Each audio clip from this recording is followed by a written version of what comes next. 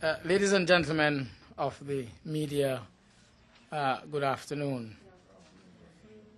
And I want to thank Commissioner Williams for the presentation that he's made to me on behalf of the force of the Strategic Action Plan 2009-2011 for crime reduction and detection strategies of the Royal St. Christopher Nevis Police Force. Later on in this press conference, I'm sure we would be able to entertain some questions and comments with regard to this policing plan.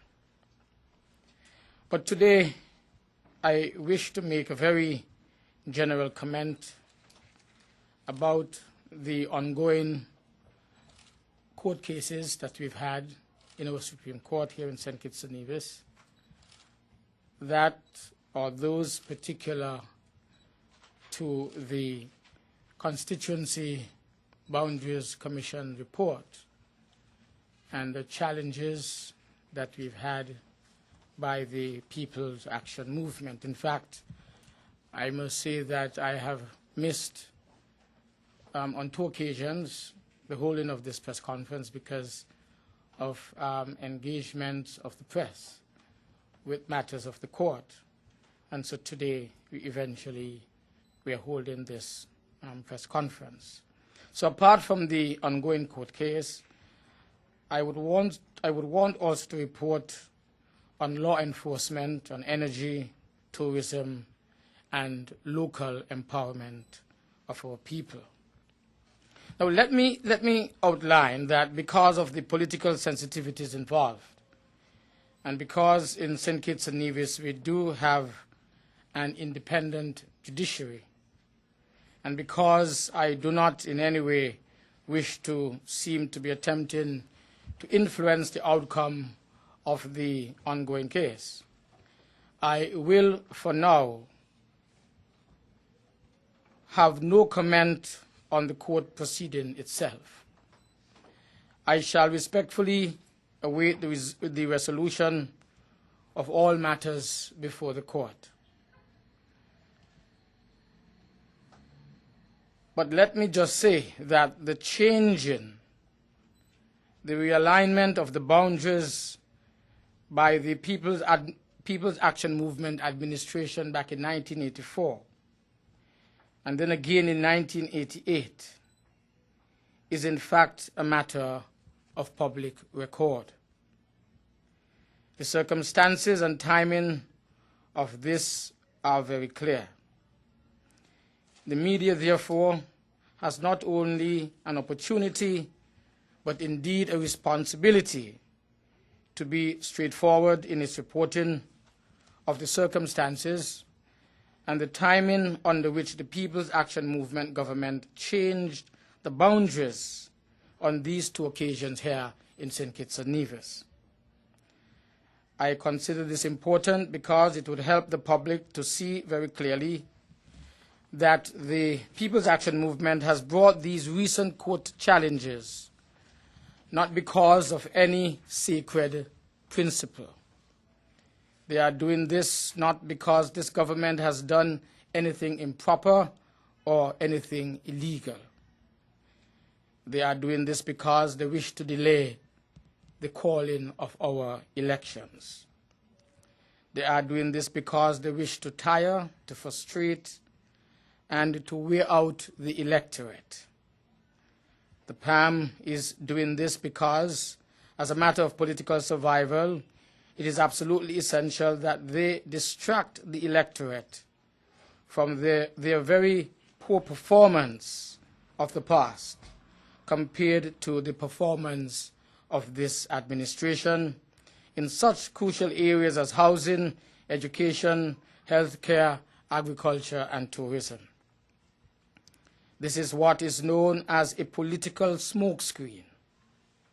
In the meantime, the right of the people to decide who will form their government and the right of the people to go to the ballot box and vote is being blocked by the People's Action Movement.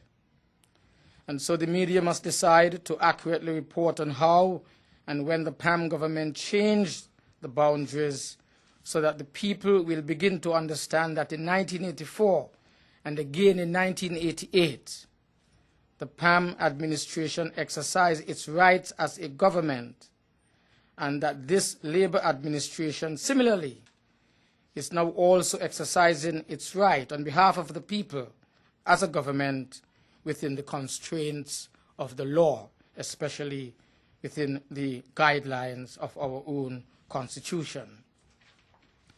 Now, members of the media, that having been said, I want to make it abundantly clear that my government has for a long time been ready to have the people to vote. Until the court cases are resolved, however, we shall continue to push forward on pressing matters of state, some of which I will discuss with you today, because that is what we were elected by the people so to do. And so I look firstly at crime fighting. The government's multifaceted approach to crime fighting continues.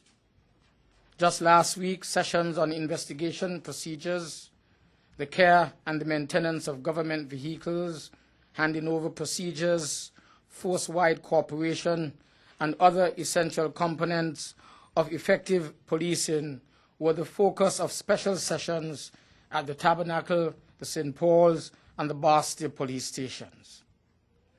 In addition, the expansion of our physical infrastructure and the upgrading of our own police work environments continue.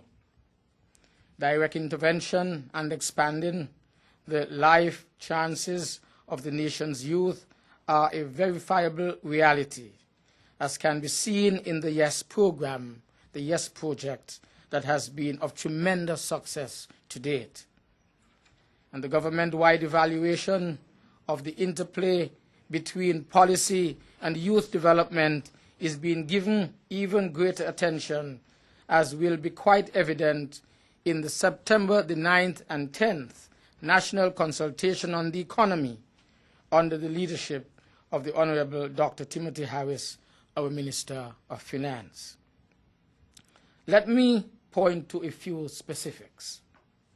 The improvements in the physical plant and the working environment at the Bastille police station are quite evident. In addition, strategically placed cameras at that and other sites are heightening the surveillance capabilities and therefore the overall effectiveness of our police force. Work continues on the Derby police station with an anticipated 2009 completion date. And there is the ongoing and very serious boosting of our own law enforcement capabilities. Timely, aggressive, successful prosecution is key to crime fighting. And in this regard, we have seen in recent times at least 16 officers at both the sergeant and the corporal ranks. We've seen 16 promotions into these specific ranks. But apart from this, I must emphasize that this government ensured the recent and rigorous training of some 30 or so officers to sharpen their prosecution capabilities. Secondly, Criminal Investigations Department officers were undergoing advanced training in investigations in Barbados is in fact a reality. Thirdly, I mentioned a comparison microscope has now been acquired in order to dramatically upgrade this country's ballistics and fingerprinting analysis capabilities. Fourthly, heightened mobility, reduced response times, and a stronger police presence have been made possible through the provision of new police jeeps to St. Paul's, Old Road, and the Tabernacle. Fifthly, patrols are continuing in hotspots. Sixthly, through stops and searches, they are a reality now throughout the entire Federation. And seventh, police